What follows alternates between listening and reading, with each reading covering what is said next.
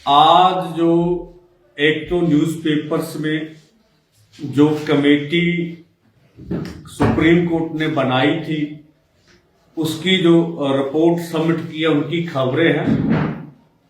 देखिए, एक तो कोई रिपोर्ट हमें ऑफिशियली मिलेगी, उसको पढ़ेंगे और फिर दोनों फोरम इसके ऊपर कोई टीका टिप्पणी करेंगे।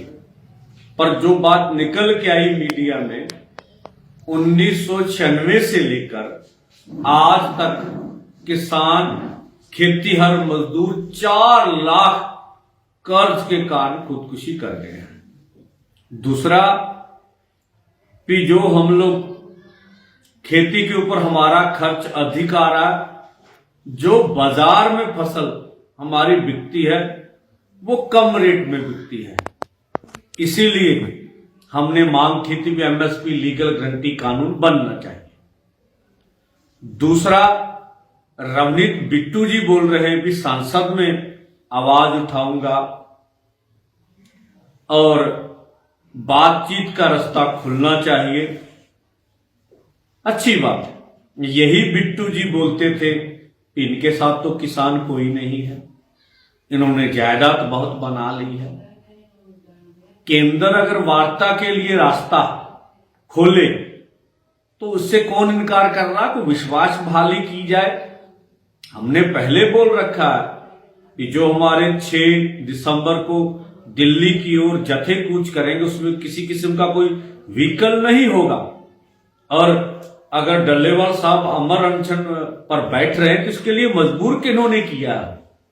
बिट्टू साहब से ये जवाब मांगते, अगर केंद्र अभी भी इन मोर्चों का सुखद हल चाहता है, वार्ता शुरू करके विश्वास बहाली करनी चाहिए। आज जो एक तो न्यूज़पेपर्स में जो कमेटी सुप्रीम कोर्ट ने बनाई थी उसकी जो रिपोर्ट सबमिट किया उनकी खबरें हैं।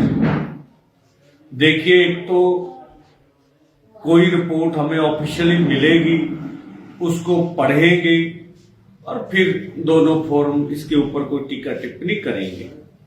पर जो बात निकल के आई मीडिया में 1996 से लेकर आज तक किसान, खेतीहर मजदूर 4 लाख कर्ज के कारण खुदकुशी कर गए हैं।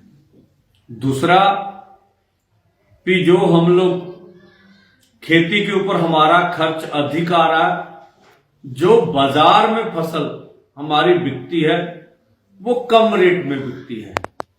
इसीलिए हमने मांग की थी कि एमएसपी लीगल गारंटी कानून बनना चाहिए।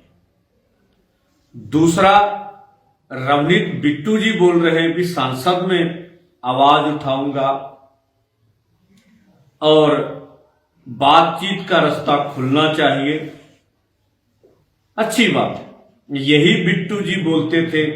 इनके साथ तो किसान कोई नहीं है, इन्होंने जायदाद बहुत बना ली है। केंद्र अगर वार्ता के लिए रास्ता खोले तो उससे कौन इनकार कर रहा है? को विश्वास बहाली की जाए। हमने पहले बोल रखा है कि जो हमारे 6 दिसंबर को दिल्ली की ओर जत्थे कूच करेंगे उसमें किसी किस्म का कोई व्हीकल नहीं होगा। और अगर डल्लेवाल साहब अमर अनशन पर बैठ रहे हैं तो इसके लिए मजबूर किन्होंने किया?